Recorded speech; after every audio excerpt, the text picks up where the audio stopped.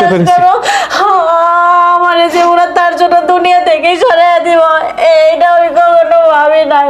আমি থাকবো না তোমাদের বাড়িতে, আমি গ্রামে চলে যাবো। দাঁড়াও নূপুর, তুমি কোথায় যাবা?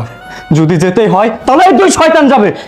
বাবা, তুমি তো আমার বাবা, ও নয়তো আমার সৎ বোন, ও কিছু বুঝতো না, কিন্তু তুমি কিভাবে পারলে বাবা আমার স্ত্রীকে মেরে ফেলতে?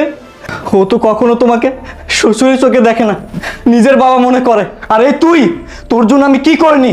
আমার ভাবতে অবাক লাগছে যে তুই আমার বোন, আরে তোকে ফেলে রেখে মা চলে গিয়েছিল, তারপর থেকে বাবা মার স্নেহ মায়া মমতা দিয়ে আমি তোকে লালন পালন করেছি। আর এই মানুষটা নিঃস্বার্থভাবে তোকে ভালোবেসে গেছে, কখনো তোকে ননদ মনে করেনি, মনে করেছে তুই আপন বোন।